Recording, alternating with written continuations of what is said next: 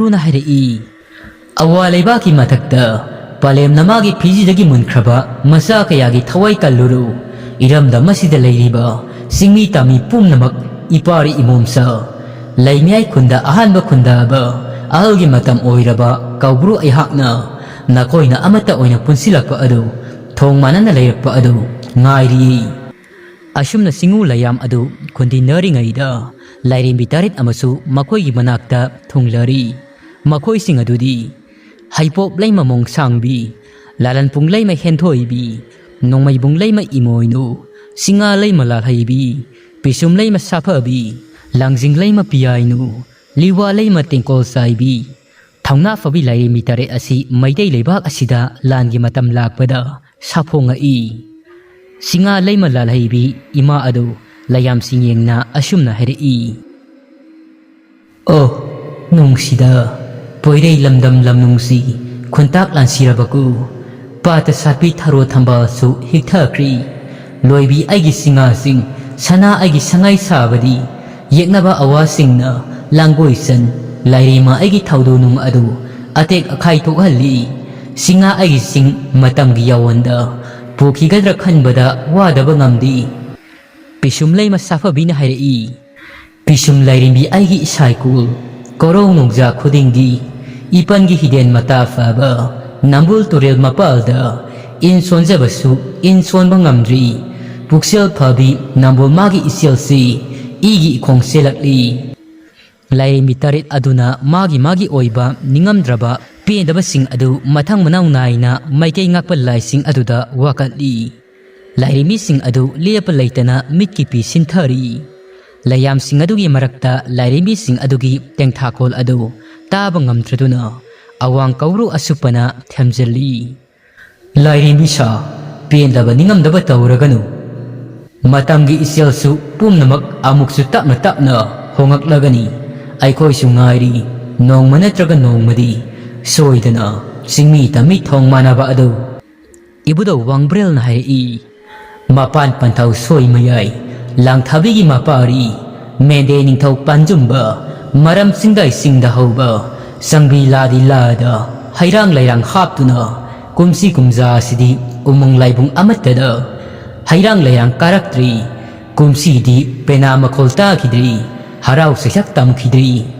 ꯇꯝꯄꯥꯛ ꯂꯩꯍꯧ ꯑꯃꯥꯏꯕꯤ ꯂꯪꯃꯥꯏ ꯂꯩꯍꯧ ꯑꯃꯥꯏꯕꯅ ꯇꯥꯏꯔꯦꯟ ꯄꯨꯡꯐꯥꯏ ꯂꯣꯡꯅ ꯂꯧ ꯂꯥꯏꯖ ꯈꯤꯛꯄꯦꯟ ꯆꯥꯏꯔꯝꯕ ꯑꯗꯨ ꯀꯨꯝꯁꯤꯗꯤ ꯆꯥꯏꯈꯤꯗ꯭ꯔꯦꯀꯣ ꯏꯕꯨꯙꯧ ꯃꯥꯔꯖꯤꯡꯅ ꯍꯥꯏꯔꯛꯏ ꯁꯤꯡꯉꯨ ꯂꯩꯌꯥꯝꯆꯥ ꯌꯦꯡꯉꯨꯇꯨ ꯑꯥꯗ ꯇꯥꯡꯂꯧ ꯂꯩꯅ ꯊꯦꯡꯖꯤꯜꯂꯛꯂꯕ ꯑꯍꯤꯡꯒꯤ ꯃꯇꯝ ꯑꯁꯤꯗ ꯅꯨꯄꯤ ꯑꯃ ꯍꯤꯛꯅ ꯎꯆꯥꯜ ꯃꯀꯣꯡ ꯑꯁꯤꯗ ꯂꯦꯞꯇꯨꯅ ꯃꯥꯔꯖꯤꯡ ꯑꯩꯒꯤ ꯏꯁꯥꯏꯀꯨ ꯍꯩꯉꯥꯡꯄꯥꯠꯀꯤ ꯃꯄꯥꯜ ꯑꯁꯤꯗ ꯃꯗꯣꯝ ꯂꯦꯞꯇꯨꯅ ꯑꯍꯤꯡ ꯃꯤꯡꯁꯦꯜ ꯀꯥꯡꯅ ꯊꯥꯖꯕ ꯃꯥꯡꯂꯕ ꯃꯇꯝ ꯑꯁꯤꯗ ꯃꯥꯡꯂꯨꯔꯕ ꯊꯥꯖꯕ ꯑꯗꯨ ꯑꯃꯨꯛ ꯍꯟꯖꯤꯜꯂꯛꯅꯕ ꯆꯤꯡꯎ ꯂꯥꯏꯕꯨ ꯊꯧꯅꯤꯔꯤꯕ ꯑꯁꯤ ꯅꯨꯡꯁꯤꯗ꯭ꯔ ꯏꯃꯣꯝ ꯑꯁꯤ ꯏꯕꯨꯙꯧ ꯃꯥꯔꯖꯤꯡꯅ ꯍꯥꯏꯕꯒꯤ ꯃꯇꯨꯡ ꯏꯟꯅ ꯆꯤꯡꯎ ꯂꯩꯌꯥꯝꯁꯤꯡ ꯑꯗꯨ ꯑꯃꯒ ꯌꯦꯡꯅꯩ ꯅꯨꯄꯤ ꯑꯗꯨꯅ ꯃꯃꯤꯠ ꯑꯗꯨ ꯃꯄꯤ ꯁꯤꯟꯊꯅ ꯑꯊꯦꯡꯕ ꯑꯍꯤꯡ ꯑꯗꯨꯗ ꯁꯦꯝꯕꯤꯕ ꯃꯄꯨ ꯃꯍꯥꯛꯄꯨ ꯊꯧꯅꯤꯖꯔꯤꯕ ꯑꯗꯨ ꯄꯣꯏꯔꯩ ꯃꯩꯇꯩ ꯂꯩꯕꯥꯛ ꯑꯁꯤ ꯑꯋꯥꯕ ꯇꯥꯕ ꯑꯁꯤ ꯑꯋꯥꯕ ꯐꯟꯕꯤꯌꯨ ꯏꯕꯨꯙꯧ ꯄꯥꯈꯪꯕꯗ ꯊꯧꯅꯤꯖꯔꯤ ꯈꯨꯔꯨ ꯈꯨꯗ ꯀꯨꯟ ꯃꯟꯖꯨꯅꯔꯕ ꯆꯔꯩ ꯐꯤ ꯁꯦꯠꯇꯨꯅ ꯁꯝꯂꯥꯡꯅꯗꯤ ꯏꯐꯥꯐ ꯂꯥꯟꯆꯦꯟꯅꯔꯨꯕꯒꯤ ꯃꯃꯥ ꯃꯄꯥ ꯃꯆꯤꯜ ꯃꯅꯧ ꯁꯥꯒꯩ ꯅꯥꯇꯩ ꯀꯥꯏꯅꯕꯒꯤ ꯃꯩꯆꯥꯛ ꯄꯨꯝꯕ ꯑꯗꯨ ꯀꯥꯎꯊꯣꯛꯇꯨꯅ ꯏꯕꯨꯙꯧ ꯄꯥꯈꯪꯕꯒꯤ ꯃꯤꯡꯈꯩ ꯀꯪꯂꯩꯄꯨꯡꯒꯤ ꯑꯋꯥꯕ ꯀꯣꯛꯄꯤꯅꯕ ꯍꯥꯏꯗꯨꯅ ꯑꯗꯨꯃꯛ ꯃꯆꯤꯜꯗ ꯁꯣꯜꯂꯤ ꯑꯁꯨꯝꯅ ꯅꯨꯄꯤ ꯑꯗꯨꯅ ꯏꯕꯨꯙꯧ ꯄꯥꯈꯪꯕꯒꯤ ꯀꯣꯂꯣꯏ ꯁꯩꯊꯥꯕ ꯑꯗꯨ ꯃꯤꯠ ꯀꯨꯞꯇꯅ ꯌꯦꯡꯖꯩ ꯅꯨꯄꯤ ꯑꯗꯨꯅ ꯊꯃꯣꯏ ꯀꯥꯏꯕ ꯎꯔꯒ ꯆꯤꯡꯎ ꯂꯥꯏꯁꯤꯡ ꯑꯗꯨꯁꯨ ꯊꯃꯣꯏ ꯑꯃꯃꯝ ꯄꯥꯟꯕ ꯑꯗꯨ ꯊꯃꯣꯏ ꯄꯨꯕ ꯌꯥꯗ꯭ꯔꯤ ꯈꯣꯌꯨꯝ ꯂꯥꯏꯔꯝꯂꯦꯟꯗ ꯈꯨꯟꯗꯤꯟꯅꯔꯤꯕ ꯂꯩꯌꯥꯝꯁꯤꯡ ꯑꯗꯨꯁꯨ ꯉꯥꯏꯍꯥꯛꯇꯤ ꯊꯃꯣꯏꯁꯤꯡ ꯑꯗꯨ ꯐꯥꯖꯤꯟꯅ ꯇꯨꯃꯤꯟꯅ ꯂꯩꯅꯩ ꯂꯩꯌꯥꯝꯁꯤꯡ ꯑꯗꯨꯒꯤ ꯑꯆꯤꯛꯄ ꯑꯗꯨ ꯐꯅꯕ ꯍꯥꯏꯗꯨꯅ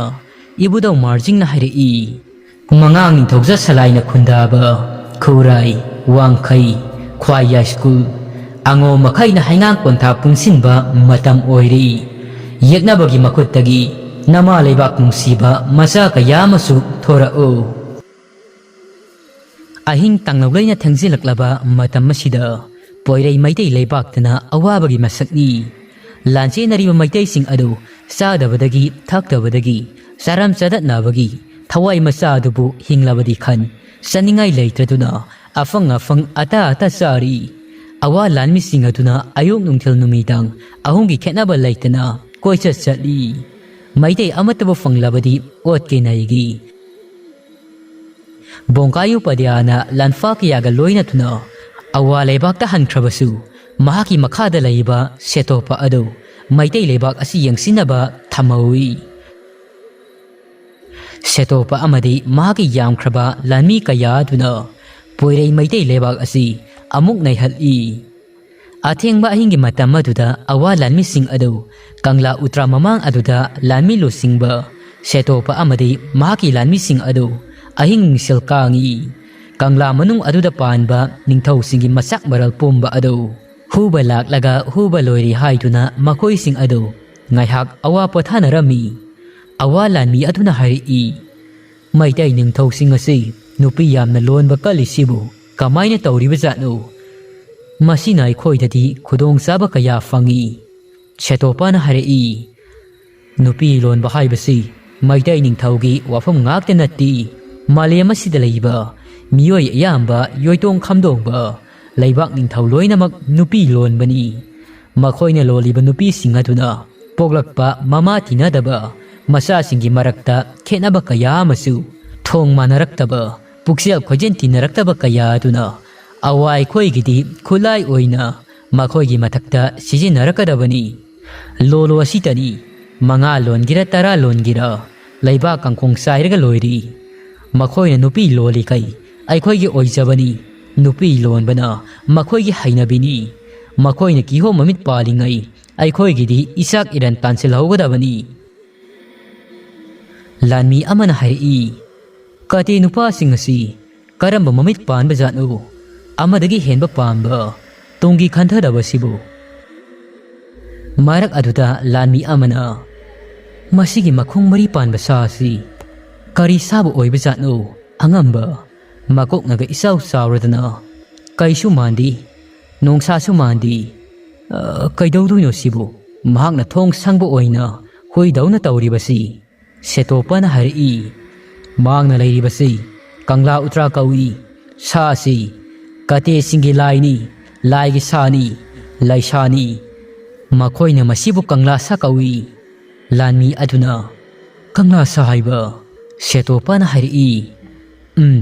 ꯀꯪꯂꯥꯁꯥ ꯍꯥ ꯍꯥ ꯑꯩꯗꯤ ꯅꯣꯛꯅꯤꯡꯉꯤꯗ ꯑꯁꯤꯕꯨ ꯀꯥꯇꯦ ꯃꯩꯇꯩꯁꯤꯡꯒꯤ ꯂꯥꯏꯁꯥ ꯆꯥꯛꯋꯥꯡ ꯋꯥꯡꯈꯩ ꯃꯀꯣꯛ ꯀꯛꯊꯠꯂꯒ ꯃꯟꯗꯂꯦꯒꯤ ꯏꯔꯥꯋꯥꯗꯤ ꯇꯨꯔꯦꯟ ꯈꯣꯡꯕꯥꯜꯗ ꯅꯨꯔꯥ ꯅꯥꯟꯅꯕ ꯊꯝꯃꯨꯁꯤꯔꯥ ꯁꯦꯇꯣꯄꯥꯅ ꯍꯥꯏꯔꯛꯏ ꯅꯪꯒꯤ ꯋꯥꯔꯤꯁꯤꯁꯨ ꯌꯥꯏꯍꯩ ꯆꯥꯎꯔꯕ ꯀꯪꯂꯥ ꯑꯁꯤꯒꯤ ꯃꯀꯣꯛ ꯀꯛꯊꯠꯇꯨꯅ ꯏꯔꯥꯋꯥꯗꯤ ꯇꯨꯔꯦꯟꯗ ꯊꯝꯗꯣꯏꯕ ꯑꯗꯨꯒ ꯑꯋꯥ ꯑꯩꯈꯣꯏꯅ ꯏꯔꯨꯖꯅꯕ ꯅꯨꯔꯥ ꯅꯥꯟꯅꯕ ꯅꯨꯡ ꯑꯣꯏꯗꯣꯏꯕ ꯅꯪ ꯀꯣꯛ ꯂꯩꯕ ꯃꯤꯅꯤ ꯌꯥꯏ ꯅꯪꯒꯤ ꯋꯥꯔꯤꯁꯤ ꯑꯗꯨꯕꯨ ꯑꯁꯨꯛ ꯆꯥꯎꯔꯕ ꯁꯥꯒꯤ ꯃꯀꯣꯛ ꯑꯁꯤ ꯆꯤꯡꯗꯨꯅ ꯑꯋꯥ ꯂꯩꯕꯥꯛ ꯇꯥꯅ ꯄꯨꯕꯗꯤ ꯑꯣꯏꯊꯣꯛꯇꯕꯅꯤꯀꯣ ꯃꯁꯤ ꯆꯤꯡꯗꯨꯅ ꯄꯨꯕ ꯑꯁꯤ ꯑꯋꯥꯕ ꯑꯃꯗꯤ ꯑꯣꯏꯒꯅꯤ ꯂꯥꯟꯃꯤ ꯑꯃꯅ ꯍꯥꯏꯔꯛꯏ ꯑꯗꯣ ꯑꯉꯝꯕ ꯀꯪꯂꯥ ꯁꯥꯁꯤꯅ ꯃꯉꯛ ꯍꯥꯏꯒꯠꯇꯨꯅ ꯂꯩꯕ ꯑꯁꯤ ꯑꯩꯗꯤ ꯄꯦꯟꯗꯦ ꯍꯥꯏꯒꯠꯂꯤꯕ ꯑꯁꯤ ꯃꯥꯂꯦꯝ ꯂꯩꯗ ꯍꯥꯏꯊꯍꯜꯂꯁꯤ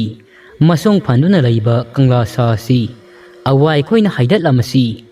ꯑꯋꯥ ꯑꯩꯈꯣꯏꯒꯤ ꯇꯧꯕ ꯃꯇꯤꯛ ꯑꯁꯤ ꯍꯌꯦꯡꯋꯥꯏ ꯇꯨꯡꯂꯝꯆꯠ ꯐꯥꯎꯕ ꯈꯪꯍꯧꯅꯕ ꯀꯥꯇꯦ ꯃꯈꯩꯅ ꯑꯋꯥ ꯑꯩꯈꯣꯏꯕꯨ ꯀꯤꯅꯕ ꯃꯈꯣꯏꯕꯨ ꯄꯔꯥ ꯑꯃꯗꯤ ꯇꯝꯕꯤꯍꯧꯔꯁꯤ ꯁꯦꯇꯣꯄꯥꯅ ꯍꯥꯏꯔꯛꯏ ꯂꯥꯟꯃꯤꯁꯥ ꯉꯁꯤꯒꯤ ꯑꯍꯤꯡ ꯑꯁꯤꯗ ꯀꯪꯂꯥꯁꯥꯒꯤ ꯃꯀꯣꯛ ꯑꯁꯤ ꯀꯦꯜꯍꯜꯂꯁꯤ ꯃꯁꯤ ꯀꯦꯜꯍꯟꯕꯒꯤꯗꯃꯛ ꯑꯋꯥ ꯂꯩꯕꯥꯛꯀꯤ ꯏꯅꯤꯡꯊꯧꯅ ꯄꯦꯟꯕꯤꯗꯨꯅ ꯆꯥꯎꯔꯕ ꯃꯅꯥ ꯀꯌꯥ ꯑꯃꯁꯨ ꯄꯤꯔꯛꯄ ꯌꯥꯏ ꯂꯥꯟꯃꯤ ꯃꯌꯥꯝ ꯑꯗꯨꯅ ꯑꯃꯠꯇ ꯑꯣꯏꯅ ꯊꯨꯒꯥꯏꯔꯁꯤ ꯍꯥꯏꯗꯨꯅ ꯈꯨꯝꯃꯤ ꯂꯥꯟꯃꯤ ꯑꯃꯅ ꯍꯥꯏꯔꯛꯏ ꯃꯁꯤ ꯊꯨꯒꯥꯏꯗ꯭ꯔꯤꯉꯩꯗ ꯀꯥꯇꯦ ꯃꯩꯇꯩꯅ ꯂꯥꯏꯅꯤ ꯂꯧꯔꯤꯕ ꯃꯁꯤꯒꯤ ꯀꯪꯂꯥ ꯁꯥ ꯑꯁꯤ ꯑꯋꯥ ꯃꯌꯥꯝ ꯆꯪꯗꯨꯅ ꯃꯄꯥꯟ ꯊꯣꯛꯆꯤꯟꯗꯨꯅ ꯃꯥꯡꯍꯜꯂꯁꯤ ꯑꯋꯥ ꯂꯥꯟꯃꯤ ꯃꯌꯥꯝ ꯑꯗꯨ ꯂꯥꯟꯃꯤ ꯑꯗꯨꯒꯤ ꯋꯥꯗꯨ ꯇꯥꯕꯗ ꯅꯣꯛꯏ ꯑꯋꯥ ꯂꯥꯟꯃꯤ ꯁꯦꯇꯣꯄꯥꯁꯨ ꯃꯍꯥꯛꯀꯤ ꯃꯈꯥꯗ ꯂꯩꯔꯤꯕ ꯂꯥꯟꯃꯤ ꯃꯆꯥ ꯑꯁꯤꯅ ꯍꯥꯏꯔꯛꯂꯤꯕ ꯑꯃꯗꯤ ꯐꯣꯡꯗꯣꯛꯂꯤꯕ ꯋꯥꯈꯜꯂꯣꯟ ꯑꯁꯤ ꯑꯁꯨꯛꯀꯤ ꯃꯇꯤꯛ ꯐꯖꯩ ꯑꯗꯨꯅ ꯀꯥꯇꯦꯁꯤꯡꯒꯤ ꯑꯔꯨꯕ ꯀꯪꯂꯥꯒꯤ ꯎꯇ꯭ꯔꯥ ꯂꯩꯔꯤꯕ ꯀꯪꯂꯥꯁꯥ ꯀꯤꯟꯗꯨꯅ ꯂꯩꯔꯤꯕ ꯑꯁꯤ ꯃꯥꯡꯊꯣꯛꯂꯒꯦ ꯂꯦꯞꯂꯤ ꯃꯩꯇꯩꯒꯤ ꯂꯥꯏꯗꯤ ꯇꯧꯁꯤꯟꯅꯕ ꯃꯌꯥꯛ ꯂꯣꯏꯔꯕ ꯂꯥꯏꯅꯤ Asi haiduna yamna usit thawoidana masada aki akhang yaudana mapan thoksilagi lepli awa lanmi makok aduna lanmi singadu da yenglaga mapal thoksilo haiduna yathang pirakli yathang phangbadagi setoba mahaksu amadi awa lanmi mayam ado Kanglasha makhongda mapal thoksili setopana kaidawi kati na khoi Kanglasha awai khoina mapal thoksinduna mangthokli asumna setopa lanmi mayam aduga mapal thoksilingai Kanglagi akoiba aduda musuk muba amuba nongpuba laisilna pungkoi koisin khri atia adu khak pulawba horai nonglai nungsisitlambadagi nongsu kana sutharai mataudu ubada awa lanmising adu angakpa phawi setopana hairai haujikta thawan misak mayam ama akoibada iranglangna thoklamba adu kadai satkrabano karaidigi nonglai nungsitno tawraklibasina lanmisa nangi nungaigedaba mafamda changsinduna nongtoppu inghanba nahanba yadi nakhoina naduna leirabadi thabak khuding loinamak yaroidoini lanmi amana hari angamba matang yamna sarida nongsi nongasina maram oi aikhoina Kanglasha sida mapal thoksilba si karimata kanadri nongna samduna singdokhri asumna makhoi masel adu nong thuptuna leiringai Kangla laifam samang nipalda leiba laising adu mathi phongba horai kha khong lai khong marong khong phisu khong yambi khong saroi khong lilha khong asida natana Kanglagi akoibada leiba thanga pata seliba isingi isel sing adu mayak mahi kanbagumna zwar haba horai Kanglasha adu nung oirambadagi ahingba ama oina onthorai aduga hauna launa athengba ahingi matamaduda saphongduna khongba horai masi sirung ani adu wangna thangatuna awalan mising adu onsinduna mamit ani atuna ngaksangang na khongba horakli mataudu ubada awalan mising adu kai duna sili ngasai makhaidi thauna pharamba sing adu nungna saba thawai pandabani khalamba adu ahingba sagumna lengbo otpa haurakpa aduda setopa adu mamit kupta makhai u amagi marumda lotuna yengi setopana hairi setopana kari matauno masigi matawasibo amuktabu ukidui nungi murti asi khalosi kati Kanglasha sidi ahingba oireko sauraba makung asina awala ni kayama netuna halakli tana duna kari gumpadana mayadagi maipul kamlai kamdawni aigi thauna pangal asidi lanmi singasina oiribani makhoi mathwai asi hingdabadi yadi asi khalladuna awa lanmi sing adu yengna setopana laurai awa lanmi pumnamak nathwai hingnaba senaru nakoda pairiba khulai sing aduna maka muknaba yabanati selo lanmi sa selo thawai hingnaba selo Kanglasha aduna nong akanba marak aduda koitan tanai thawai lauragi matagum Kangla manung aduda laifam tinfam mafum marang khangdana koisen seli khara amana Kanglagi nongpok thangba saruk Imphal ture lairiba adomda mathawai hingnaba chenbasu yawnari lepa laitana kanna churiba nonglak aduda awalan mising adu khalai khangdana senari sarot habung amadi laikom thokpa turel mapal adomda seli khara amana sanjen thong yawnaba amamba aduda mafam marang khangnadi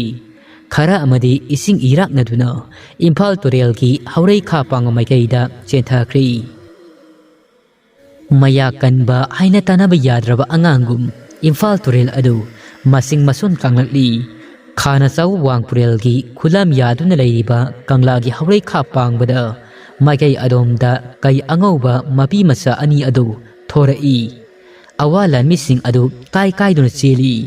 Kanglasha duna laurai nunglonda aidi laining thonong sabani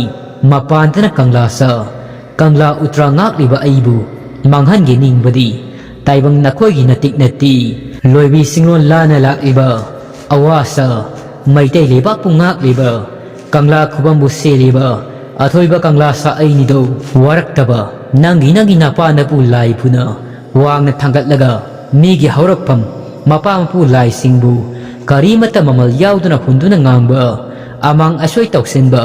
awalan misa laining thonong saba aina nangi nasada lairiba ising iram cheliba khongi khonglam lairiba khakhong sing adu thingjinge irei mamahakna nangi haksang da cheliba angangba ikheng sing adu ising olangi ising olabadi wangbre magi pamba kairel singi machinjak matha oihangi wangang kamjau hunba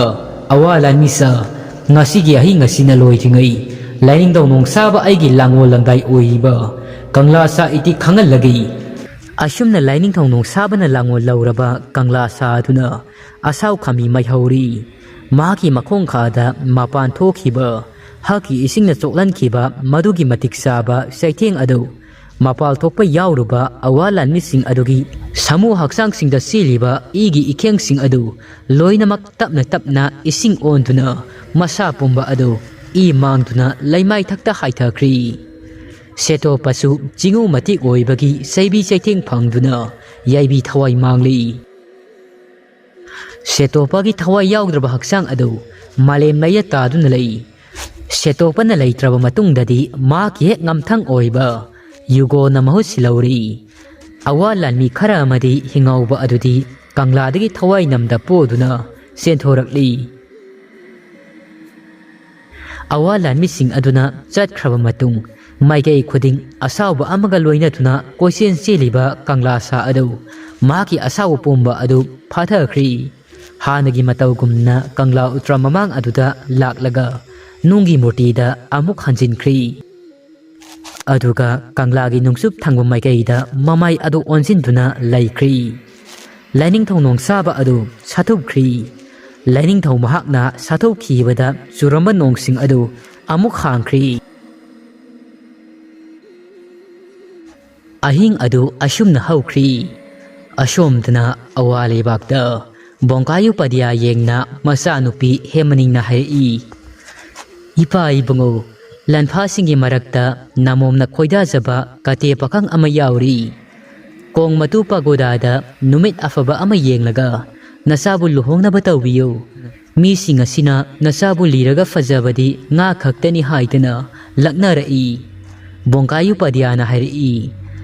kananano imom laisabi asibu ari biga pangkak oituna ngangliba singado napa ai ama isaw sawna lairingai hemaningna hairi ipa ibungo sagot pi khinu pukning ado tapthabiyo panthawipa laisabi ari bigi fajafam silaiti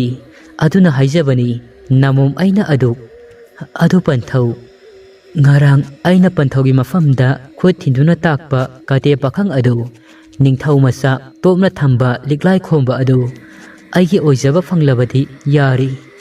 bongkayu padiana hairi napa aini isauk sauna lairingai karigi imomna ningba thungloi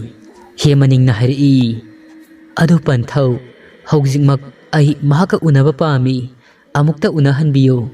bongkayu padiana hairi adugibu wa oina lauredana ipa lairiba sidi lanmisa kana lai ningthaugi masani pa aduga aigi sa hemaning asiga kaisum sangda unahalu lanmi amana fagani angamba lanmi aduna lamjingtuna lanfa singaduna laiba kaisum sangadu tana purai hemaning adu liglai khomana laiba kaisum sangi thong adu hangdoktuna hemaning adu sangkhri aduga mapalomdaki lanmi aduna thonglon sinkhri makhoi anita topna thamba kaisum sangadugi manungda laikhri liglai khombadi kasilamada makhong makut adu yoling thangtuna fammagalai hemaning adu phijet laitengtuna liglai khombagi manak tamna sanglaklaga laimai duda famtharai matamaduda liglai khomba adu faklangda nga thaduna mamit ani adu uisinduna tumli hemaningna nungsiba mahakna ningaidana tumlaga aigi mit asina kuptana yengchariba nangna kate yeknaba oirabasu aigi ifamdadi nangonagi henba laiti nangna aigidi pumnamakni asi hairatuna hemaning adu tumliba liglai khombagi mamai aduda tapna nali liglai khomba adu tumlambadagi khangboi lakpoi mikap thorai liglai khomba adu awa ningol adu uba aduda pungak ngakri makhoi ani khakta kaisum sangadugi manung aduda liglai khomana nang kanano mafam asida kaidoba sangakpano hemaningna hairi airo awa lanmigi lusing purel athaubagi amata poksabi awa leibaksida sakta suda watabi mayamna sonaribi hemaning padia haibado aini nangi nakta laklibasi kate pakhang nahaka awa leksabi aiga nungsi wari sasi asi haituna laklibani liglai khomana awa lusing purelgi mamum hemaningna awa lusing purelgi mamum aina kate pakhang nahakpu ahanba ubamaktada khoida zaruri liglai khomana nangi wado ai taningde nangi wa tanaba aigi nakong paandi awana khoidi maitei aikhoigi yeknabani yeknaba khuta polibi yuling thanglibasi namitu udabra hemaningna hairi una mitangli khangna khangsinadri nungsiba nangbu uruba mikupdagi nangi khuta puliba yuling thanglibado hemaning aina mikup amada thangandaba ngammi madugi mahut nungsi thaurina puntuna thamlagi liglai khomana hairi matik sadaba katini aidi lamba sabi yengbiu hemaningna hairi amunba uhaidagi asangba mundaba uhaina hena khoida jabi matik sadi haituna khandoktuna thamba khuding adu khomjinba haiba aini matik sadaba pakhang nahak asi aigi punsigi khongloi oijagi khalori masigi damak warau biroi liglai khomba adu hemaningi wadu tabada saungningi liglai khomana hairi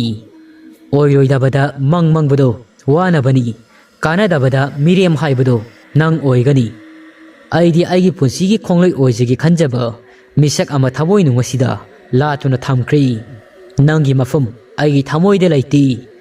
liglai khombagi wadu tabada yamna saungninglammi hemaning adu hemaning na hairi mafam leitrabadi munduna lawatari nungsiba nahak thak ikai ki wangma lalibi aibu ikai khangdabi tahanbiganu nafamda leisabi amana pukningi wa hairakliba si kaubiganu asi hairamnaga mamit ani adu pirang ihauna kana lei ipagi lanmisa thong hangdu law ai thoagi lanmi amana prap changsilaklaga thong loliba adu hangto i sauna thokri hemaning adu aduga mapagi manakta satlaga hawdagi loiba fauba kap tuna tamlari bongkayu padya masagi wadu tabada sauningbana loikri bongkayu padya na heri iya lakseida kati mahaknasu isabu ikaiba pirabaku namduna mahakpu aigi iyanupa oigani hawjik fauba maning tama mangla fauba mahagi thauna handriboiku khangloidradu lamenba kati ningthau masa siwaraki ashomdna liglai khomba adu kaisum sang manung aduda tumina ungtuna lei langhaibigi matangda loikhiba kuidri aduga amuk anauba maisak ama kaino khalubada khanfam khangdi liglai khomba adu bongkayu padya su kok khotkri taba ngamtriba angkagi fol ama karamna fol tahan sigi asi khanbada makok mamai khangkhidri karamna maya nupa ohengani masana yadingna masil zagi hoi haina kumangani luhongbagi matang asi liglai khomba aduti mahagi mamitta saji tana bahangtakta thabago unakhiba thawdok adu adomak ningsingduna leiri ningsingba khuding mahaki mafamda awaba amadi adomak oiri poilei maitai lamdam lamnungsi moirang maikeida yengnaba awasingi losingba simorana moirangi khutpai setna pairi simorana lokta khongbal leptuna yengi phajakreda lokta khaisisu aikhoigi ilepatagi fajabata loktak mabu uraga awai khoigi san singsana pomna ikoi koine koisinduna leiba patki nakaldana phongdo opayagi pagoda laisang indangi kaithel masada saba soi in pain pagoda ga manaba yombi singamadi madugi nakalda nyong ohakki Omang amadi laikangi ising tainaba inlepat ki sarukta taba ming thok khun moirang makhoi gi thanga karang asiga sap manaido pungning dum nungsida loktak mabu ubadi awagi lanmi simora loktak gi fajaba adu tautuna leingai loktak pat ki patyaida nupi ama hikna kapagi makhol tarai mani masakti uda masa kainaraba mama ama loktak lairimbi ima adu kapani ashomdana amuk laimatol singi singda langi lalong tambiba maitai gi lanmi thangambana sem saba pungloi loiri nahan makhai kailumna khunja singda tambiba langi lalong singadudagi top pa lalong kaya amasu tamba haugadori thangambasu nahana tambiba yarabadi lanje naruba aduna maram oi masangamdratuna naduna koina leirori Thabaton su langi lalong tampham aduda yaurari kun aduda laiba khunja singamadi lanje narakpa sing adu paring sana lepi makoi bu yengna thongambana hairi aigi iming thongamba kawi aigi pongna famna kautruk ngasidi ima leibak asi wabana kham thengli lai kusang bisina ima magi matambak tagi masa kaya masu mathadagi namduna munkhri aduna hojikti lai kusang bisigi makut asi kaktaba yadri aikoi amatani aduna makut kaktringai huye lalong tambatari thang tagi maramda khangjinma matam yaurakli miyam sing tiliba singaduna amata oiba khonjelda lai kusang mi makut kaklasi asi haituna khumai thongambana hairi huye lalong haibasidi thang ta amadi sari sarasu yawi khulai oina sijinnaraklagana thangta asida sunattana kauba thinba mukna awa singna makhoigi maronda aikhoigi huye lalong asibuna bando natragana bansi haina su khangnai ngasi aina tamgadori basi thangkairon haibadi thangi jagoi aduga amana khausaron tagi jagoi masina yeknaba awa lanmi singasibu aikhoina maithiba piba ngamgani khele mana hairi itaung haibasu haibani maitai aikhoigi puya China rol puya da karam na yeknabaga saina gani asi haibagi maramda kayamasu irami thongambana hairi pathauna haiba sumbani miyam pumba pukning sangna tabiu China rol puya gi lairikta natana matama mada maitai leibak asida landa khwaidagi matik mathauna leiba lanmi ama leirami lanmi adugi mamingdi loyamba singlen kawi mahakna magi lanmi phurup ama hodoi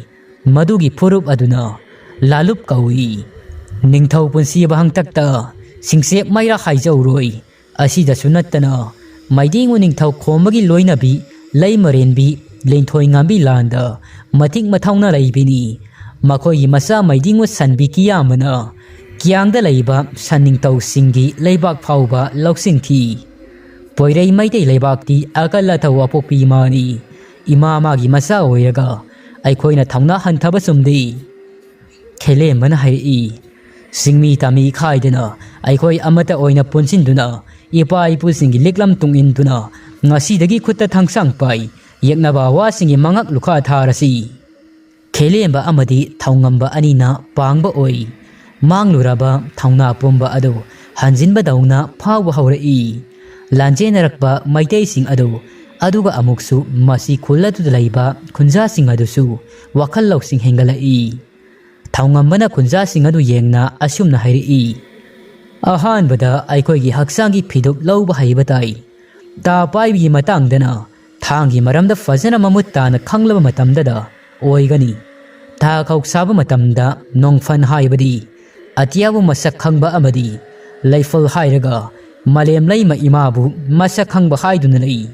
thang ta sanaba matamda aikhoina ningsa honba matamda ani thokna lei makhoi ani adudi amana ningsa kanglon layeng kanglon asida sunattana hiri konba amadi thengauron su khangjil haijinba mathau tai saibi sungoi sizinaba haibatai thang amadi tagi maramda fazana nainaraba matung makhoi masil adu thang ta tamnaba jura panatuna tamba horai kailumga thabatonga panari ꯊꯥꯡꯒꯤ ꯃꯇꯥꯡꯗꯗꯤ ꯍꯟꯕ ꯂꯩꯇꯦ ꯊꯥꯕꯥꯇꯣꯟ ꯑꯗꯨ ꯊꯥꯡ ꯇꯥ ꯑꯗꯨ ꯄꯣꯛꯂꯛꯄꯗꯒꯤ ꯃꯁꯥꯒꯤ ꯏꯗ ꯂꯣꯏꯅꯖꯔꯛꯄꯅ ꯊꯥꯡ ꯑꯗꯨ ꯁꯥꯟꯅꯅ ꯌꯨꯝꯖꯥꯎ ꯂꯩꯔꯤꯕꯤ ꯏꯃꯥ ꯑꯗꯨ ꯊꯥꯕꯥꯒꯤ ꯃꯃꯤꯠꯇ ꯁꯦꯂꯣꯏ ꯂꯥꯡꯃꯥꯏꯁꯤꯡꯒꯤ ꯃꯇꯣꯟꯗ ꯂꯦꯞꯄ ꯑꯗꯨ ꯊꯥꯕꯥꯅ ꯎꯔꯛꯂꯤ꯫ ꯏꯃꯥ ꯃꯍꯥꯛꯅ ꯊꯥꯕꯥ ꯑꯗꯨ ꯈꯨꯠꯂꯥꯝ ꯇꯣꯏꯅ ꯀꯧꯔꯛꯏ꯫ ꯏꯃꯥꯒꯤ ꯏꯃꯣꯝ ꯊꯥꯕꯥꯇꯣꯟ, ꯄꯣꯏꯔꯩ ꯃꯩꯇꯩ ꯂꯝꯗꯝꯗ ꯀꯨꯝꯂꯛꯎ꯫ ꯁꯦꯂꯣꯏ ꯂꯥꯡꯃꯥꯏ ꯀꯣꯏꯅ ꯆꯦꯟꯕ ꯁꯤꯡꯉꯣꯏ ꯇꯨꯔꯦꯜꯒꯤ ꯂꯥꯏꯖꯤ ꯏꯁꯤꯡꯒꯤ ꯏꯔꯥꯎ ꯈꯣꯜꯅ ꯅꯨꯡꯗ ꯌꯩꯁꯤꯟꯕ ꯈꯨꯗꯤꯡ ꯏꯃꯣꯝ ꯅꯪꯒꯤ ꯊꯥꯕꯥꯇꯣꯟ ꯍꯥꯏꯕ ꯃꯤꯡꯂꯦꯟ ꯑꯗꯨ ꯁꯦꯂꯣꯏ ꯆꯤꯡꯁꯥ ꯅꯥꯄꯣꯡ ꯈꯨꯗꯤꯡꯗ ꯈꯣꯟꯊꯥꯡ ꯌꯩꯔꯔꯤ꯫ ꯏꯃꯣꯝ ꯊꯥꯕꯥꯇꯣꯟ, ꯅꯪꯕꯨ ꯄꯣꯛꯄꯤ ꯄꯂꯦꯝ ꯅꯃꯥꯒꯤ ꯃꯄꯥꯝ ꯂꯝꯗꯝꯗ ꯏꯃꯣꯝ ꯅꯪꯕꯨ ꯈꯣꯡꯒꯨꯝꯂꯛꯂꯨ, ꯃꯥꯔ ꯈꯣꯡꯒꯨꯜ ꯂꯤꯔꯛꯂꯨ꯫ ꯅꯃꯥ ꯌꯨꯝꯖꯥꯎ ꯂꯩꯔꯤꯕꯤ ꯅꯃꯥ ꯑꯩꯅ ꯏꯃꯣꯝ ꯅꯪꯕු ꯈꯨꯕꯥꯛ ꯂꯩꯈꯟ ꯊꯥꯅ ꯉꯥꯏꯗꯨꯅ ꯂꯩꯔꯝꯒꯦꯀꯣ꯫ ꯏꯃꯣꯝꯅ ꯈꯣꯡꯗꯣꯏꯔꯛꯄ ꯑꯗꯨ ꯅꯃꯥ ꯑꯩꯍꯥꯛꯅ ꯏꯃꯣꯝꯕꯨ ꯍꯧꯔꯩꯕꯤꯒꯤ ꯏꯪꯈꯣꯜꯗ ꯂꯁꯤꯡ ꯄꯣꯂꯥꯡ ꯐꯧꯅ ꯉꯥꯏꯔꯤ꯫ ꯌꯨꯝꯖꯥꯎ ꯂꯩꯔꯤꯕꯤ ꯏꯃꯥ ꯑꯗꯨ ꯑꯗꯨꯝꯅ ꯉꯥꯏꯍꯥꯛ ꯃꯤꯀꯨꯞ ꯈꯔ ꯃꯍꯥꯛꯀꯤ ꯃꯃꯤꯠꯇ ꯎꯍꯜꯂꯝꯂꯒ ꯁꯤꯡꯎ ꯂꯩꯄꯥꯎ ꯄꯤꯔꯝꯂꯒ ꯎꯈꯤꯗ꯭ꯔꯤ꯫ ꯊꯥꯕꯥꯇꯣꯟ ꯊꯥꯡ ꯇꯥ ꯁꯥꯟꯅꯅꯤ ꯀꯥꯎꯈ꯭ꯔꯤ, ꯎꯪꯗꯨꯅ ꯂꯩ꯫ ꯀꯥꯏꯂꯨꯝꯅ, ꯊꯥꯕꯥ, ꯀꯩꯗꯧꯔꯒꯦ ꯅꯪꯕꯣ? ꯊꯥꯕꯥꯅ, ꯀꯩꯁꯨ ꯇꯧꯗꯦ ꯏꯕꯨꯡ, ꯋꯥꯈꯜ ꯑꯃꯗ ꯇꯥꯎꯗꯨꯅ ꯂꯩꯔꯨꯔꯤ꯫ ꯑꯗꯨꯝꯅ ꯋꯥꯔꯤ ꯁꯥꯟꯅꯔꯤꯉꯩ ꯃꯣꯏꯔꯥꯡꯒꯤ ꯁꯒꯣꯜ ꯂꯥꯟꯃꯤ ꯑꯃꯈꯛꯁꯨ ꯑꯁꯣꯛ ꯑꯄꯟ ꯅꯟꯗꯨꯅ ꯃꯁꯥ ꯑꯗꯨ ꯆꯔꯝ ꯆꯗꯠꯅꯗꯨꯅ ꯆꯦꯜꯂꯛꯄ ꯑꯗꯨ ꯎꯔꯝꯃꯤ꯫ ꯈꯨꯜꯒꯤ ꯄꯟꯊꯣꯡ ꯑꯗꯨꯗ ꯊꯥꯕꯥꯇꯣꯟ ꯃꯤꯁꯛ ꯑꯁꯤ ꯍꯥꯟꯅ ꯎꯅꯈ꯭ꯔꯤ꯫ ꯃꯍꯥꯛꯁꯨ ꯅꯤꯡꯁꯤꯡꯉꯛꯏ ꯃꯍꯥꯛꯀꯤ ꯄꯥꯝꯗ ꯎꯅꯈꯤꯕ ꯑꯗꯨ꯫ ꯀꯥꯏꯂꯨꯝ ꯌꯦꯡꯂꯒ ꯍꯥꯏꯔꯛꯏ, ꯑꯁꯤꯗꯤ ꯀꯦꯒꯦ ꯅꯤꯡꯊꯧ ꯃꯣꯏꯔꯥꯡꯒꯤ ꯃꯄꯥꯔꯤꯅꯤ꯫ ꯑꯩ ꯍꯥꯟꯅ ꯄꯥꯝꯗ ꯊꯦꯡꯅꯈ꯭ꯔꯤ, ꯃꯁꯛ ꯃꯨꯟꯅ ꯈꯪꯏ, ꯊꯋꯥꯏ ꯍꯤꯡꯅꯕ ꯆꯦꯜꯂꯛꯂꯤꯕ ꯃꯥꯜꯂꯤ꯫ ꯏꯕꯨꯡ ꯀꯥꯏꯂꯨꯝ, ꯃꯥꯕꯨꯁꯨ ꯆꯪꯖꯐꯝ ꯄꯤꯁꯤ꯫ ꯀꯥꯏꯂꯨꯝꯅ ꯍꯥꯏꯔꯛꯏ, ꯃꯁꯤ ꯈꯨꯟꯗꯤ ꯃꯤꯌꯥꯝꯒꯤꯅꯤ, ꯀꯔꯤꯒꯤꯗꯤ ꯆꯪꯖꯐꯝ ꯄꯤꯔꯣꯏ, ꯁꯣꯏꯗꯅ ꯄꯤꯒꯅꯤ꯫ ꯁꯒꯣꯜ ꯂꯥꯟꯃꯤ ꯑꯗꯨ ꯆꯦꯟꯁꯤꯜꯂꯛꯄ ꯑꯗꯨ ꯃꯌꯥꯝ ꯆꯪꯗꯨꯅ ꯃꯍꯥꯛꯄꯨ ꯌꯦꯡꯁꯤꯟꯕꯤ꯫ ꯊꯥꯕꯥꯅ ꯅꯤꯄꯥ ꯑꯗꯨꯕꯨ ꯃꯣꯏꯔꯥꯡ ꯅꯤꯡꯊꯧ ꯃꯆꯥꯅꯤ ꯂꯩꯖꯔꯨꯕ ꯑꯗꯨ ꯀꯦꯒꯦ ꯃꯤꯌꯥꯝ ꯄꯣꯏꯔꯩ ꯃꯩꯇꯩ ꯂꯝꯗꯒꯤ ꯂꯥꯟꯆꯦꯟꯅꯔꯛꯄ ꯑꯗꯨꯗꯤ ꯃꯍꯥꯛꯄꯨ ꯏꯆꯝ ꯆꯝꯕ ꯁꯒꯣꯜ ꯂꯥꯟꯃꯤꯅꯤ ꯍꯥꯏꯕ ꯂꯣꯏꯅꯃꯛ ꯈꯪꯏ꯫ ꯊꯥꯕꯥꯇꯣꯟ ꯄ꯭ꯔꯞ ꯄ꯭ꯔꯞ ꯆꯪꯁꯤꯜꯂꯒ, ꯀꯦꯒꯦ ꯅꯤꯡꯊꯧ ꯃꯄꯥꯔꯤ, ꯋꯥꯔꯝꯂꯒꯅꯤ, ꯂꯥꯏꯖ ꯏꯁꯤꯡ ꯊꯛꯁꯤꯗꯨ꯫ ꯃꯌꯥꯝ ꯑꯗꯨ ꯄꯨꯡꯉꯛ ꯉꯛꯏ꯫ ꯊꯥꯕꯥꯅ ꯏꯆꯝ ꯆꯝꯕ ꯁꯒꯣꯜ ꯂꯥꯟꯃꯤ ꯑꯗꯨꯗ ꯑꯗꯨꯝꯅ ꯍꯥꯏꯕ ꯑꯗꯨꯗ ꯁꯒꯣꯜ ꯂꯥꯟꯃꯤ ꯑꯗꯨꯅ ꯋꯥꯐꯝ ꯄꯨꯝꯕ ꯑꯗꯨ ꯁꯦꯡꯗꯣꯔꯛꯂꯤ꯫ ꯅꯨꯃꯤꯠ ꯑꯗꯨꯒꯤ ꯄꯥꯝꯒꯤ ꯊꯧꯗꯣꯛ ꯑꯗꯨ ꯃꯤꯅꯝꯈꯤꯕꯅꯤ ꯍꯥꯏꯕ ꯑꯗꯨ ꯃꯍꯥꯛꯇꯤ ꯏꯆꯝ ꯆꯝꯕ ꯁꯒꯣꯜ ꯂꯥꯟꯃꯤꯅꯤ, ꯃꯣꯏꯔꯥꯡ ꯅꯤꯡꯊꯧꯒꯤ ꯃꯆꯥꯅꯤꯄꯥ ꯅꯠꯇꯦ꯫ ꯂꯤꯛꯂꯥꯏ ꯈꯣꯝꯕꯒꯤ ꯁꯒꯣꯜ ꯃꯣꯔꯤꯕꯅ ꯃꯍꯥꯛꯀꯤ ꯄꯥꯟ ꯅꯩꯊꯠꯈꯤꯕ ꯑꯗꯨ ꯂꯤꯛꯂꯥꯏ ꯈꯣꯝꯕ ꯃꯍꯥꯛꯅꯤ꯫ ꯀꯦꯒꯦ ꯅꯤꯡꯊꯧ ꯃꯄꯥꯔꯤꯗꯤ ꯊꯥꯕꯥꯒꯤ ꯃꯐꯝꯗ ꯃꯤꯅꯝꯈꯤꯕ ꯑꯗꯨ ꯊꯥꯕꯥꯒꯤ ꯃꯐꯝꯗ ꯁꯒꯣꯜ ꯂꯥꯟꯃꯤ ꯑꯗꯨꯅ ꯂꯣꯏꯅꯃꯛ ꯁꯦꯡꯗꯣꯛꯂꯤ꯫ ꯋꯥꯔꯤ ꯑꯁꯤꯒꯤ 30ꯁꯨꯕ ꯁꯔꯨꯛ ꯃꯇꯥꯡ ꯑꯁꯤ ꯂꯣꯏꯖꯔꯤ꯫ ꯋꯥꯔꯤ ꯑꯁꯤ ꯄꯥꯊꯣꯛꯆꯕ ꯃꯇꯝꯗ ꯁꯣꯏꯈꯤ ꯂꯥꯟꯈꯤꯕ ꯌꯥꯎꯔꯕꯁꯨ ꯃꯌꯥꯝꯅ ꯉꯥꯛꯄꯤꯒꯅꯤ꯫ ꯋꯥꯔꯤ ꯑꯁꯤꯒꯤ ꯃꯈꯥ ꯀꯔꯤ ꯀꯔꯝ ꯑꯣꯏꯔꯛꯄ ꯍꯥꯏꯕꯗꯨ ꯃꯌꯥꯝ ꯄꯨꯝꯅꯃꯛ ꯉꯥꯏꯃꯤꯟꯅꯔꯁꯤ꯫